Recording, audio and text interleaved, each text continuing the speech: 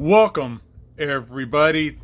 This is going to be a awesome, special first look, at least as far as I can tell, first look at the Spectre Wrath of the Spectre Omnibus, put out by DC Comics. Finally, we get ourselves an amazing Spectre-related omnibus from DC. My name is Gabe. You know me here on Omnibuscollector as Gabe Loves 90s Comics. But this isn't 90s Comics related, everybody. We're talking late Silver Age into Bronze Age DC. This is some top-notch DC work here that we're going to get a chance to check out here, guys. So, if this is your first time here, please be one of the cool kids and hit that subscribe button, hit that thumbs up button, show us some love. Also, down below in our description, we have our links to our t-shirt shops. We got a t-shirt shop that's awesome. We got a Patreon that is super amazing. So check out our Patreon where you get a chance to have hangout sessions with Omnibroslive. We call it Omnibros After Dark. It's the campfire tier. It is your chance to get some FaceTime with your favorite, and maybe not so favorite, Omnibros. But all of that's taken care of. Let's get into the Spectre Wrath of Spectre Omnibus. That's right, check it out. So let's take a look at this front cover here. Beautiful, beautiful cover here by one of the greats. This is a beautiful Jim Aparo, however you want to say it, cover. And let's take a look. You know how I do this, guys. If you've been around before, you know how I do these. Let's do a little spin around here. Look at that spine, everybody. Welcome. Let's check out that spine. That is a great, beautiful, beautiful, beautiful, amazing looking spine. I love this spine. Look at that awesome look we got there for Spectre. The font here, the way that the green kind of fades into the black, highlighted by the green DC logo. I think this is a great looking spine for sure. That will look great on the shelf. And we spin around across here to the back side. This is a great, cool, another awesome image of the Spectre. I love the blood spatter here. That shows some great images from the issues themselves. So really, really cool looking there. This is a, take a look here. I know this is just a paper block, but hey, look how thick this book is. It's a pretty good chunky size omnibus that you're going to get here from DC. So good looking stuff. Beautiful dust jacket here, but let's take a look under the hood, I guess you could say. Let's take a look under the hood. Spectre hood. See what I did there? All right, never mind. So let's take a look. Take off the dust jacket. And we get another beautiful Jim Aparo Spectre image here. And I'll do another turnaround again for you guys. Awesome black and green spine here. And some great images here. We'll take a look more at the artwork in this book. But a lot of crazy stuff going on here, like giant scissors, people being turned into glass, people melting. You'll see what I'm talking about as we flip through the book a little bit here. So yeah, take a look. There is your Spectre Omnibus. Here's the dust jacket alongside of it. Great looking stuff here, guys. This is a beautiful, beautiful looking book. Cover wise, we'll take a look at the inside and look at some of the presentation stuff as well. All right, so here we are. Let's go ahead and let's take a flip through the Wrath of Spectre Omnibus. But real quick, I want to show you guys more of the dust jacket here. These end flaps are super cool. I really wanted to point out the end flaps on the omnibus. That's a great Jim Corrigan image there. You might be wondering that probably should have mentioned this a little bit earlier, but it's going to get to that stuff now. Here's what we have included in this omnibus. We got Showcase 60 through 61, Showcase 64, Brave and the Bold number 75. I'm sorry, number 72, number 75, 116, 180, and 199. Then we get into the Spectre series, issues 1 through 10. Wrath of the Spectre 4. Adventure Comics 431 through 440. DC Comics presents number 29. And a couple issues of Ghost, issues 97, 98, and 99. This is a $125 omnibus. You'll be able to get this soon from InStockTrades.com, the awesome, amazing sponsor of Omnibroslive. For a lot cheaper. We're not sure what it's going to be like. It's going to at least probably be around 42% off when that comes out on their site. This coming up Tuesday. So anyways, take a look at that. That's what's included. Now let's get into the goods. Let's take a look at what this omnibus has inside.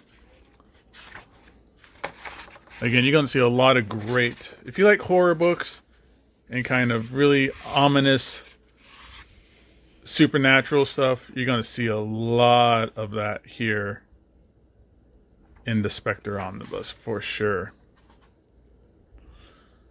All right. Jim Aparo here as the collection's cover artist. Spectre created by Jerry Siegel and Bernard Bailey. Superman created by Jerry Siegel and Joe Shuster. And as always, by special arrangement from the Jerry Siegel family. Here's our table of contents of all the issues that we got going on here. Like I said, Showcase 60, Showcase 61 starts that off here.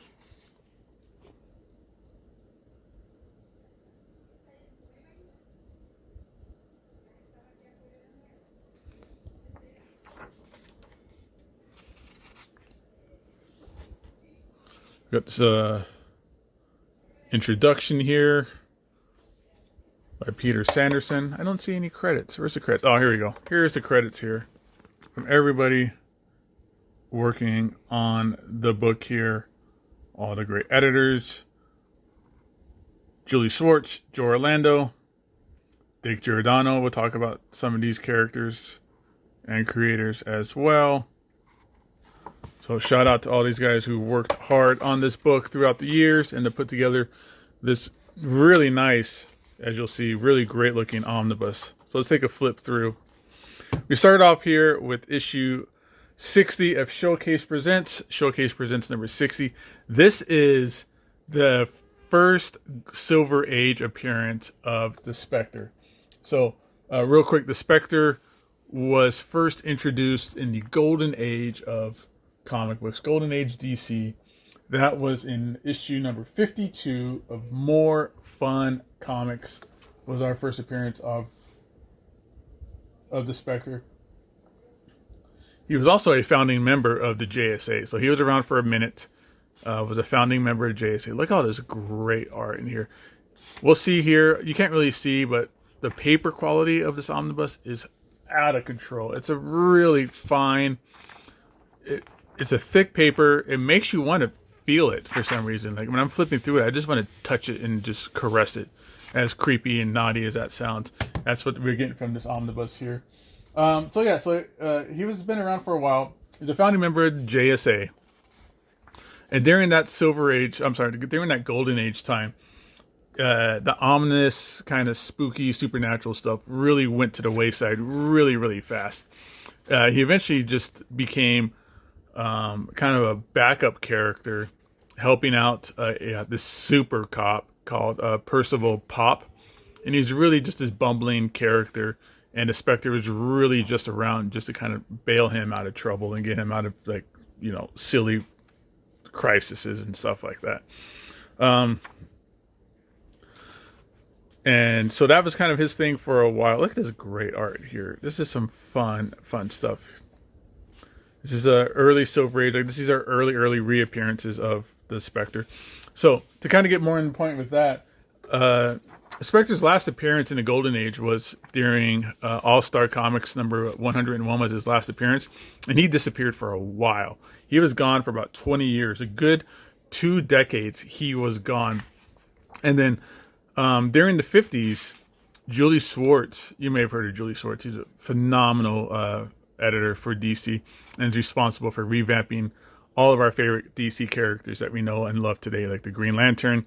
He turned the Green Lantern from what he was in the Golden Age as Jay Garrick, excuse me, into Barry Allen.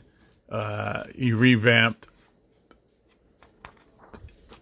Green Lantern as well into Hal Jordan. Oh, this is a great cover here. Look how beautiful this stuff is. This is awesome Brave and the Bold cover here. Good stuff. So Julie Swartz revamped all those characters. He eventually got around to revamping Spectre and made Spectre back to what he kind of was originally should have been. Was this vengeance, this character of vengeance. He's the embodiment of basically all of God's wrath, who is here to take out vengeance and revenge on all these ne'er-do-wells and supernatural characters that come through here. Here's another great Batman issue, Batman Spectre Brave and the Bold. So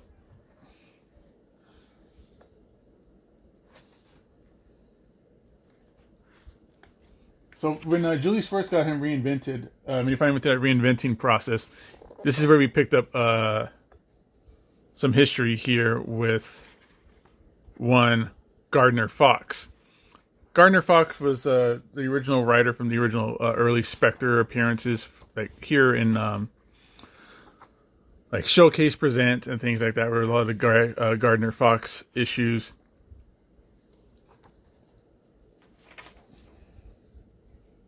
And then Murphy Anderson was his artist for a little bit. For a while, actually, was Murphy Anderson.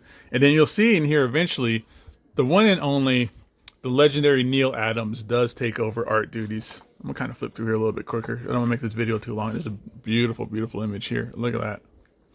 Eventually, Neil Adams does take over art duties and even writes a lot of the issues. Like, rewrites several issues as well for Spectre.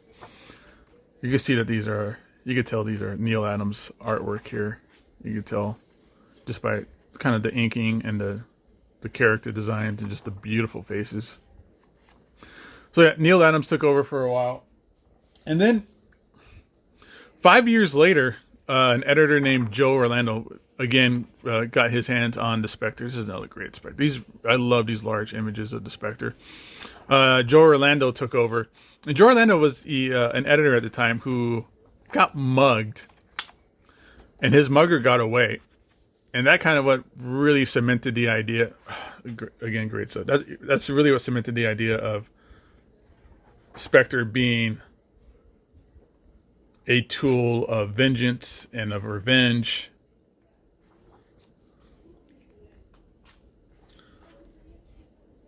And Joe Orlando got Michael Fleischer in here to be the writer. Michael Fleischer had the amazing, the beautiful, you'll see in here, I think we already flipped through a lot of it, some Jim Aparo as just a long-time artist for Spectre.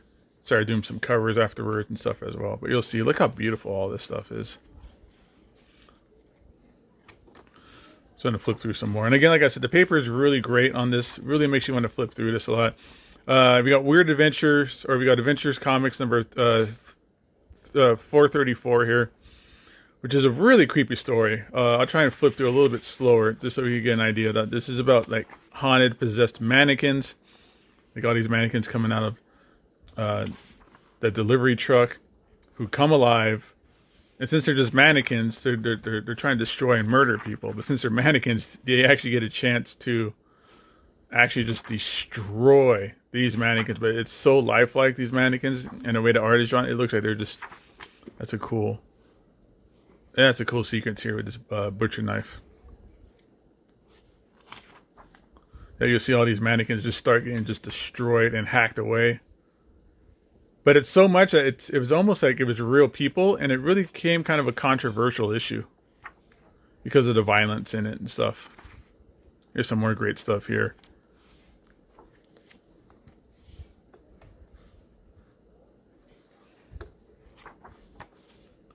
So I'll flip through this a little bit more, give you guys a chance to look at some of the cool art that's in here. Love just the character, the design here with the title sequences on this. Always using the cape, always like nice and spooky, great stuff going on. Yeah, so Spectre has always been, not always been, but I know very little about Spectre, to be honest, and I really wanted to get more into this character. If you don't know, I used to work at Torpedo Comics, and I used to sell a lot of like that Showcase 60 and some other stuff like that, where these covers were just amazing. And the inside art here during the Bronze Age is also just amazing. Jim Aparo. And here's some Ghost issues too. Look how great this stuff is. And I really started getting more interested in the Spectre because of selling those comics. But the real only, like, so I don't even know if Spectre was even really in, I'm just going to flip back here real quick. I don't really know if Spectre was even in like the Justice League cartoons. He wasn't there. He was kind of a forgotten character. You don't hear a lot about the Spectre, but he is such a great looking character. Such a great, iconic representation of the Bronze Age when they were going through like those horror phases and the supernatural phases they had going on during then. So these are the kind of things that I really love about the Spectre. And the only real Spectre animated series or him in any kind of like outside of comic book representation was this really fantastic. It's truly phenomenal. It's one of the best DC animated films they ever did. It was this short film of the Spectre.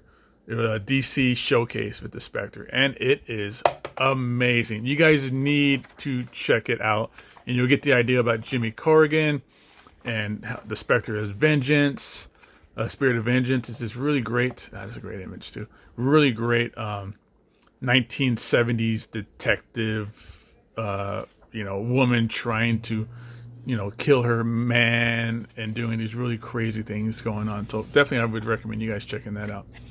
So yeah, here's some more great Brave and the Bold images. Look at just the power sets and the cool things with Ross Andrew from phenomenal runs with Spider-Man doing the artwork here. So Spectre really deserves more love. Later on in the comic books, how Jordan becomes a Spectre. That was a really great series. That was written by J.M. DeMatteis. And I would love that if this Spectre Omnibus does well, that hopefully we can get more out of it.